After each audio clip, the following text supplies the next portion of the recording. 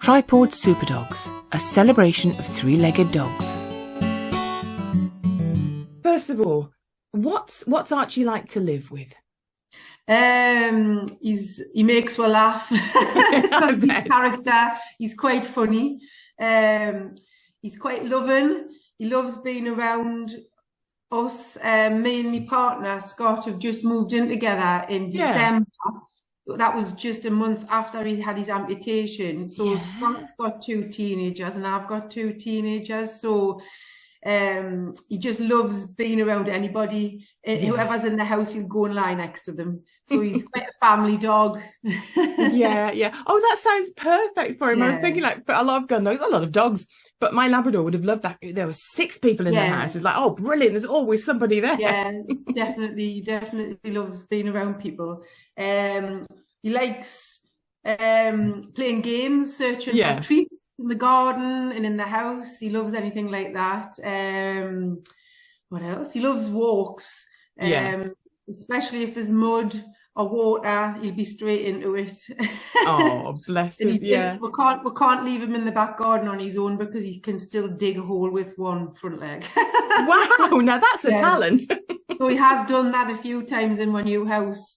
Obviously my partner wasn't used to having a dog, so when we moved in together I said to him, you need to keep an eye on him in the garden, but he has been distracted a few times, and when he's gone back there's been a big hole in the grass. Oh dear. Oh yeah. So, you know, you can't really I wouldn't have the heart to tell him off then. No, well, it wasn't his fault. No, oh bless him. Not that I would tell a dog off, let's not thinking to, but you know what I mean, that you kind of go, oh, I wouldn't even be able to do that. I'd be like, oh, all right then, that was quite clever. Oh, bless him. Okay, so we're talking because Archie is a tripawd dog. He's got 3 legs. So tell me, how did he lose a leg? What happened? We were just walking him in an area that we're normally walking, and it's got a stream, and he likes to go in the stream, and it's a bit lower than the actual grass, so he was jumping in and out, which is something that he would always do.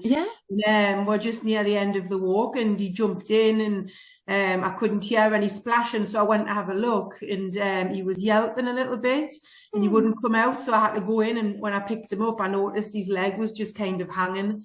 So I thought the worst. Obviously, I thought he's broke his leg. So luckily we were in the car and we went straight up to the vets, and they did say he'd broke it. So he was taken to a hospital where he had a scan, and they said it was like an accident waiting to happen, because they found that he had 2 small fissures on either side of his both legs where they hadn't fused together when he was growing. And she said it was quite a common thing in spaniels, but I wasn't aware of this. So obviously that fault was there already. So they tried to do an operation with pins and a screw, and I think 4 weeks into recovery, he realised that it wasn't working. So he tried again, and then the same thing happened. And the vet said we can try a 3rd time, or we can amputate his leg, but his other leg will need a pin put through it as well, because that's not going to be safe. That could fracture as well. Oh my goodness. So, and then he said, but the 3rd option is to put him to sleep. But he was only 4 at the time, and I just thought, is it going to work? Is it worth putting him through it after he's already been through the 2 operations? It was a really hard decision. But I just thought he's really young, and I've just got to give him a chance. So we did, and luckily it was successful, and he made a full recovery. Brilliant. Yeah. So brilliant. I mean, that's ended. That is a really personal call to make, isn't it? I think everybody's going to have a different opinion on what would be right for them and for their dog. And I mean, but because I'm thinking, like, with our dogs, if they enjoy being with you, and they get a kick out of that, and it's not just about running and chasing, but we've had a border collie that I would have thought, oh gosh, if you couldn't run, actually, I might give you a shot at how you adapt to that, but I'm not sure. Do you know what I mean? Well, that was a concern, because he is very active as a working cocker. He just wants to be out doing jobs. He runs after birds when we're out. He was always running after a ball, which now I think probably didn't help at the time, but unbeknown to us. He was very, very active. I used to take him running.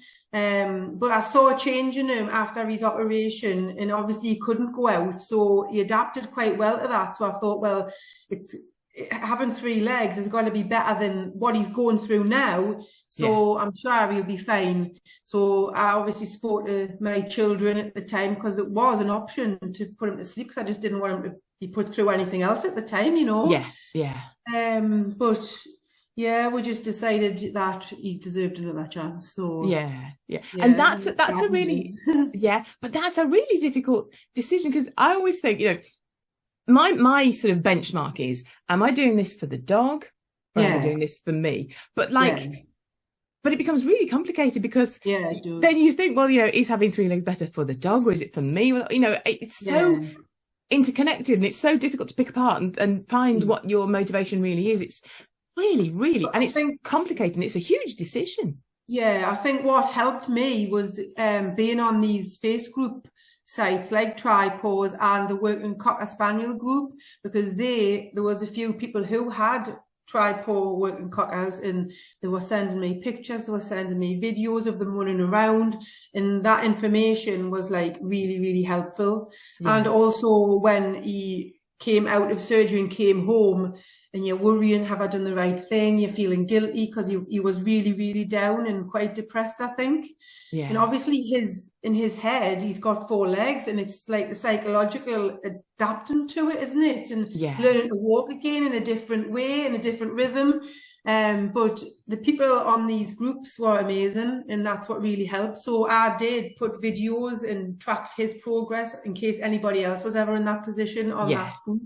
Oh, that's lovely. Yeah. But after about a week or so, he wouldn't go out in the garden at first. For the first week, we had to carry him out to do his business. But then after that, he started to do like old things that he used to do, like pinching me slipper and hiding behind the curtain, and all these little things were coming back, you know. So when I saw that, it was definitely like a relief, and I definitely knew I'd made the right decision. Yeah. Oh, bless him. Yeah. I mean, my only experience of sort of having a dog that, I would say that poorly, but that immobile kind of thing. Yeah. We had a Bichon Frise who ruptured a cruciate ligament. And as you say, she was doing something she'd done 100 times before. They found, she and our Labrador found a puddle, and they were jumping in and out the puddle, and they were really excited, and she was running.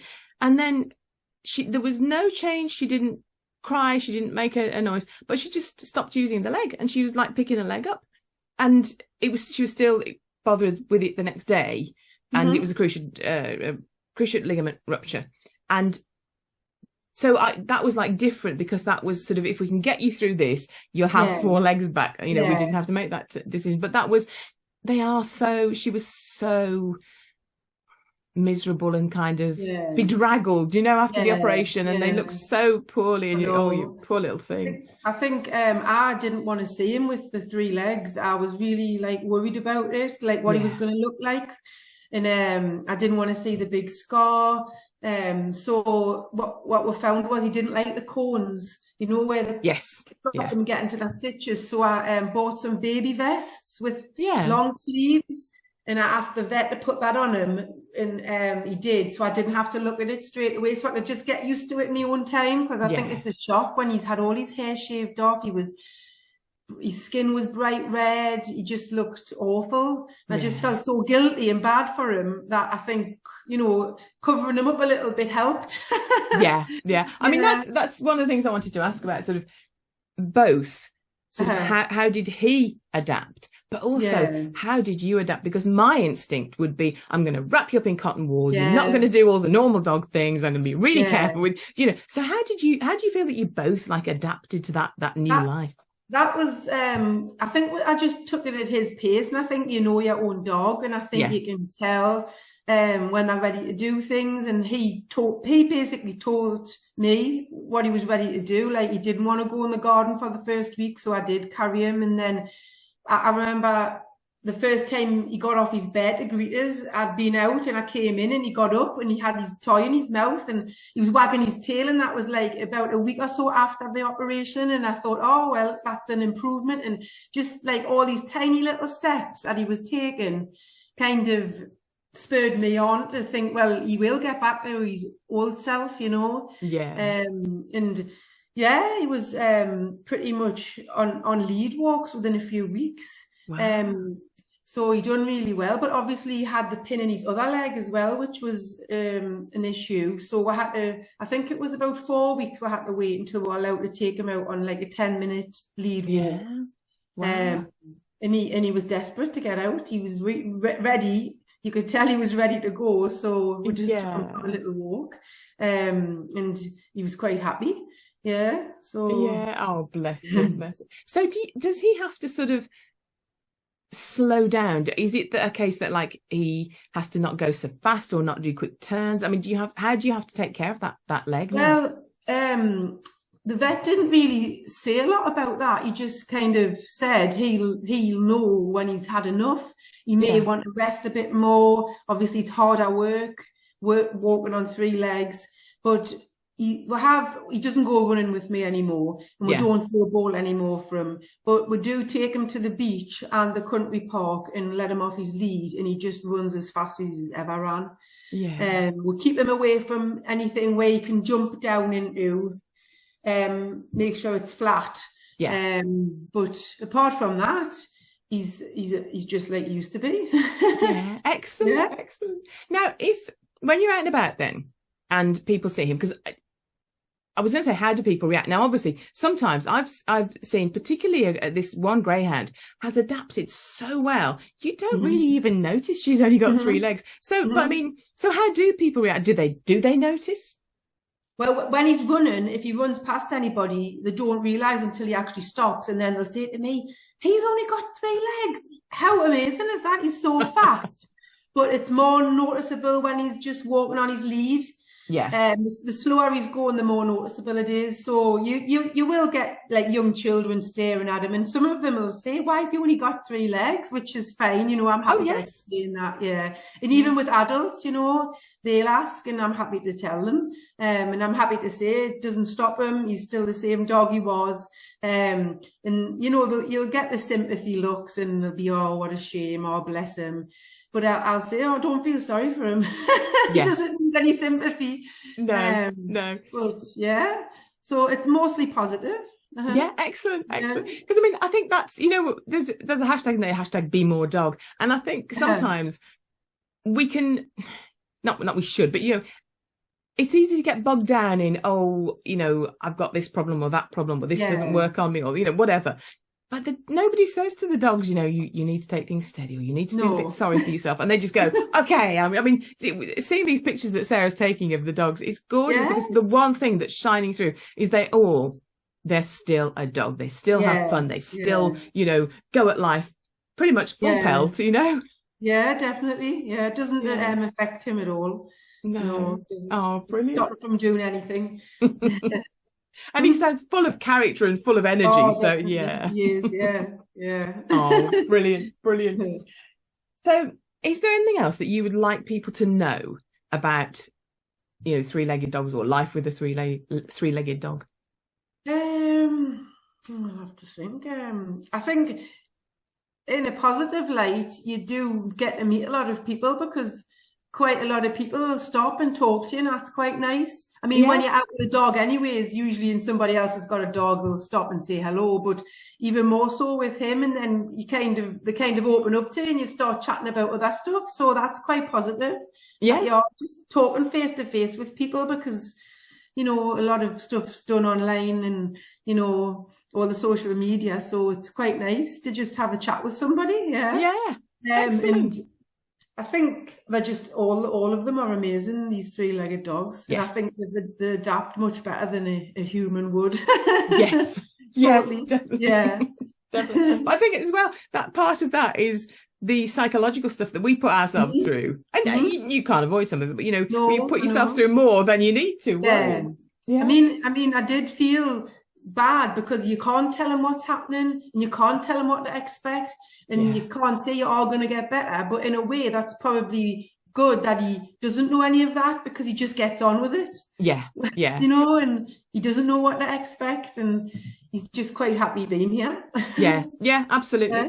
But you do sort of want to say to them, look, you know, straight after the operation, this is temporary. This will get better. It's tough, isn't it? Yeah. It is very tough. If anybody was thinking of adopting a three-legged dog, or, you know, maybe they're facing this decision with their own dog, is there any advice you'd give them? I think if someone had said to me before, and this happened to Archie, would you rescue a three-legged dog? I would say no, definitely not. It'll be too much hard work. They'll have lots of health problems, you know, and I would just think it wasn't a good idea. But now I've been through it, I would say it's just like a dog, would just be like having a four-legged dog.